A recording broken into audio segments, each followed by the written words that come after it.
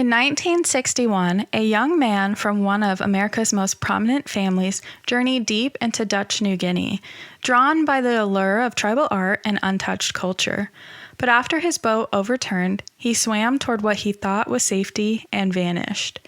Official reports listed drowning as the cause of death, but whispers and scattered clues suggest a truth far murkier, a tale woven with secrets that still haunt the edge of history.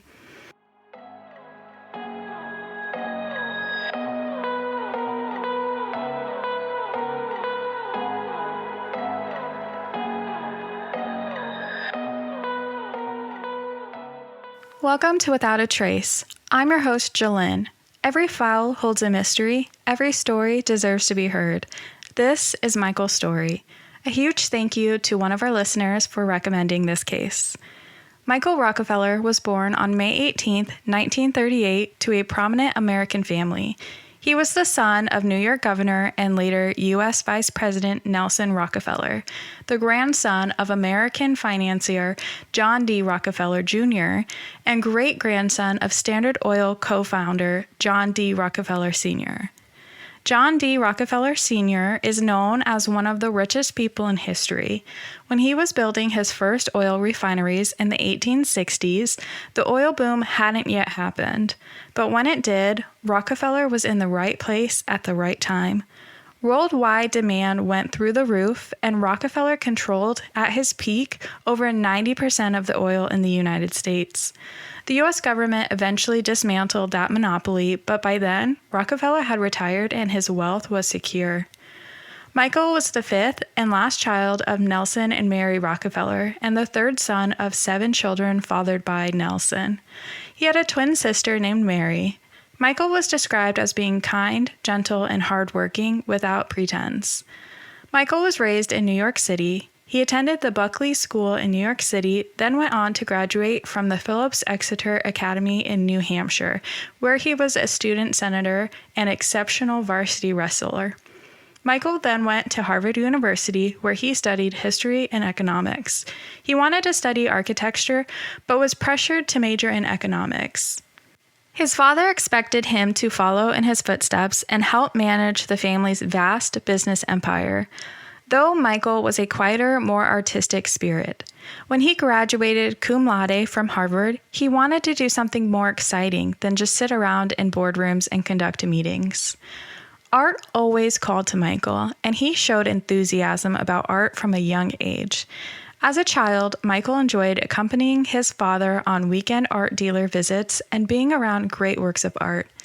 His father, a prolific art collector, had recently opened the Museum of Primitive Art. Primitive art is a term no longer in use that refers to non-Western art, particularly that of indigenous peoples. The museum's exhibits included Nigerian, Aztec, and Mayan works, which entranced Michael.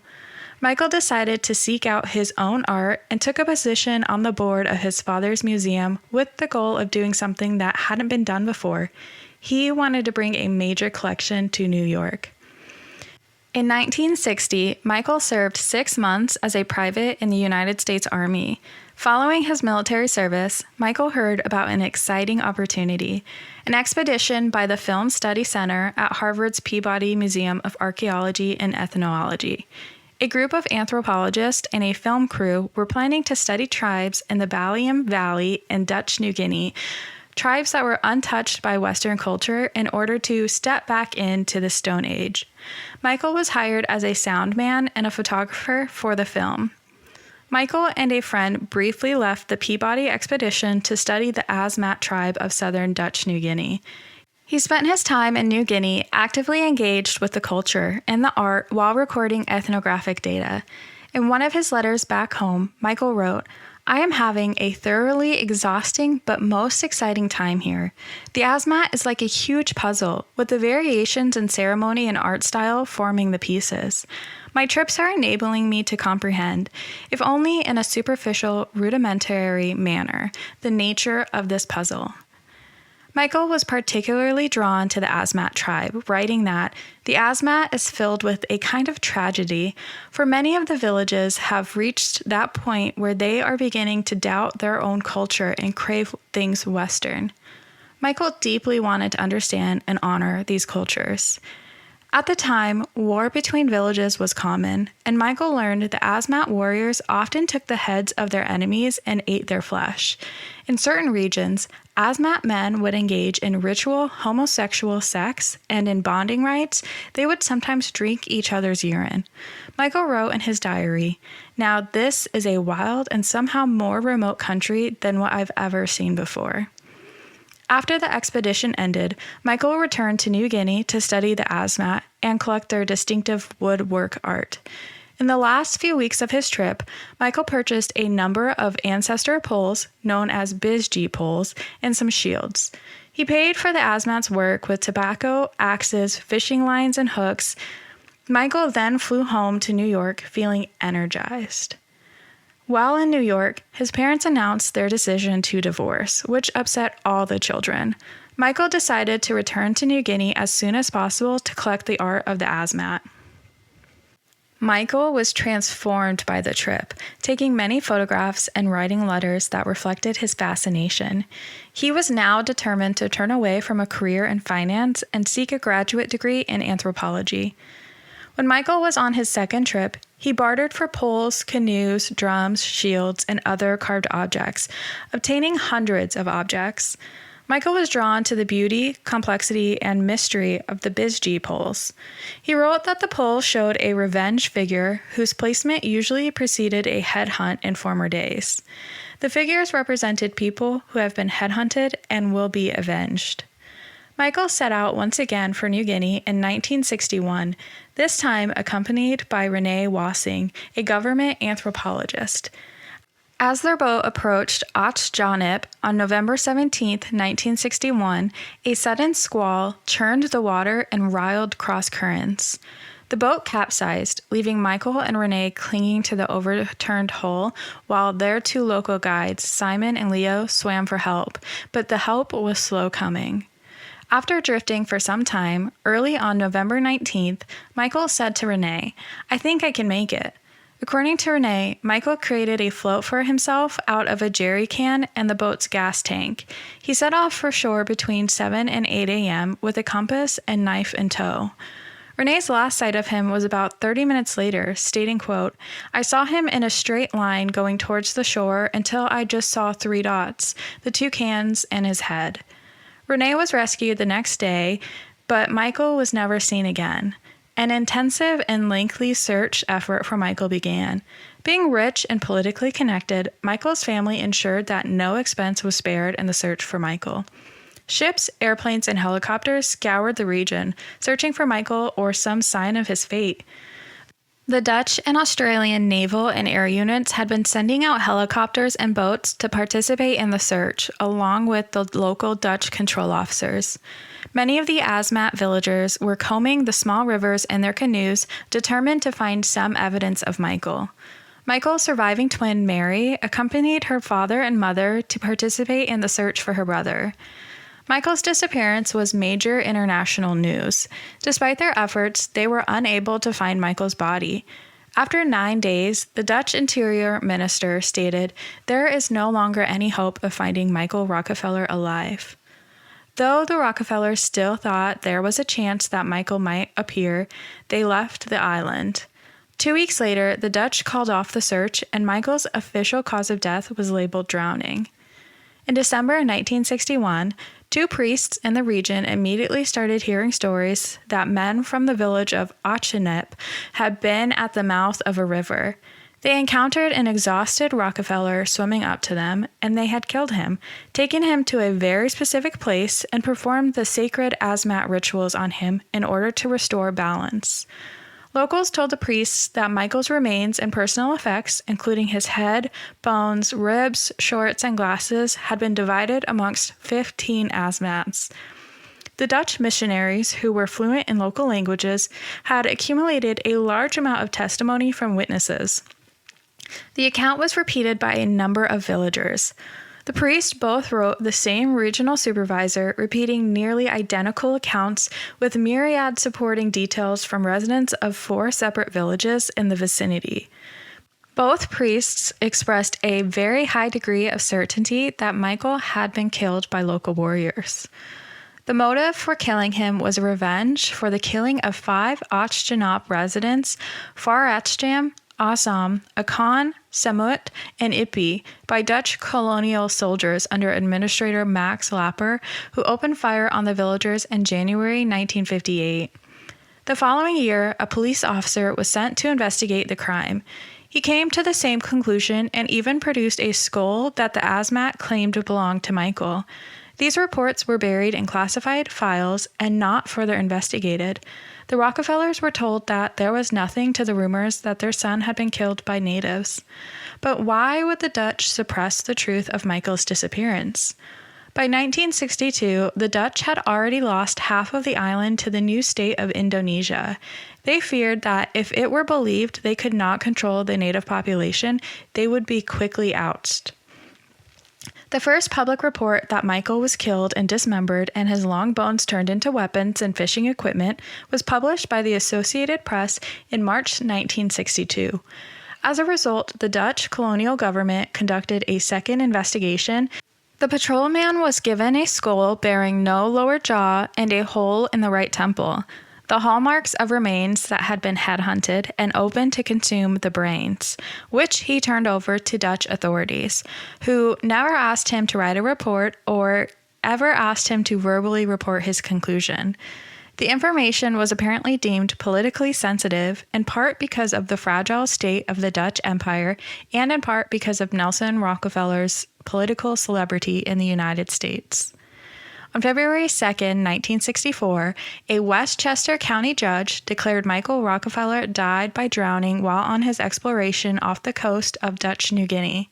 The conclusion had been questioned ever since, with theories ranging from Michael being eaten by sharks or crocodiles, willfully escaping from Western society to live in New Guinea, being captured and held prisoner by indigenous tribes, and being murdered and even being consumed by tribes that practiced headhunting and cannibalism because of a grievance against Dutch police. Neither cannibalism nor headhunting in Asmat were indiscriminate, but rather they were part of an eye for an eye revenge cycle, so it is possible that Michael found himself victim to such a cycle. By the 1960s, Dutch colonial authorities and missionaries had already been on the island for almost a decade, but many Asmat people had never seen a white man. With severely limited contact with the outside world, the Asmat believed the land beyond their island to be inhabited by spirits, and when white people came from across the sea, they saw them as some kind of supernatural being. Michael and his team of researchers were thus a curiosity to the village of Ochtanap, home to one of the major Asmat communities on the island, and not an entirely welcoming one. The locals put up with the team's photography, but they didn't allow the white researchers to purchase cultural artifacts. But Michael was undeterred.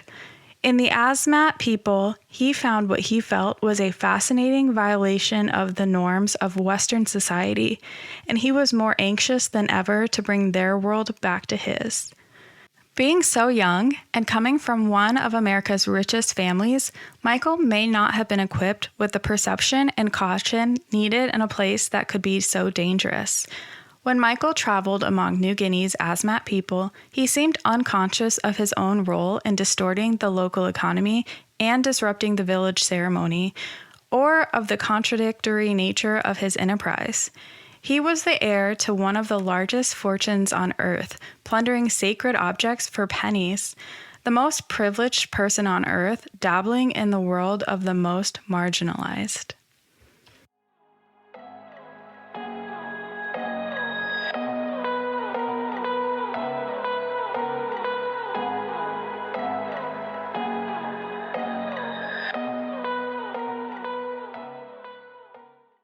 In 2012, Carl Hoffman, American journalist, began looking into Michael Rockefeller's story. When he began investigating Michael's disappearance, he realized that after the initial search party failed to find Michael in 1961, no one had really given it a good look. He hired a Dutch investigator who dug through archives for 2 years, revealing invaluable information. Carl decided to investigate these 50-year-old claims about Michael Rockefeller's death. He started by traveling to untouched, where he posed as a journalist documenting the culture of the Asmat people. He suspected that, 51 years later, people might be ready to tell him the truth, and he felt certain it wasn't sharks that got Michael. In my time as a journalist, I learned that with these things, there is sometimes a sweet spot in which people would be willing to talk about it, maybe even the Rockefellers, he said. Carl was right. They were ready to talk. While there, his interpreter overheard a man telling another member of the tribe not to discuss the American tourist who had died there. When the interpreter, at Carl's urging, asked who the man was, he was told it was Michael Rockefeller. He learned that it was common knowledge on the island that the Asmat people of untouched killed a white man and that it should not be mentioned for fear of retaliation. He also learned that the killing of Michael was an act of retaliation in its own right. In 1957, just 3 years before Michael first visited the island, a massacre occurred between two Asmat tribes. The Untouched and the Oma-Distep villages killed dozens of each other's men.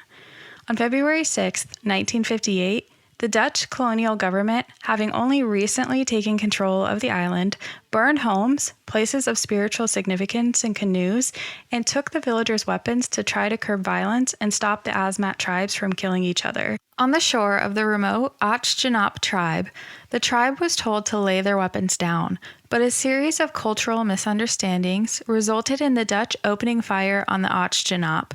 A man came out of a house bearing something in his hand, and he ran towards the Dutch. Shots rang out from all directions.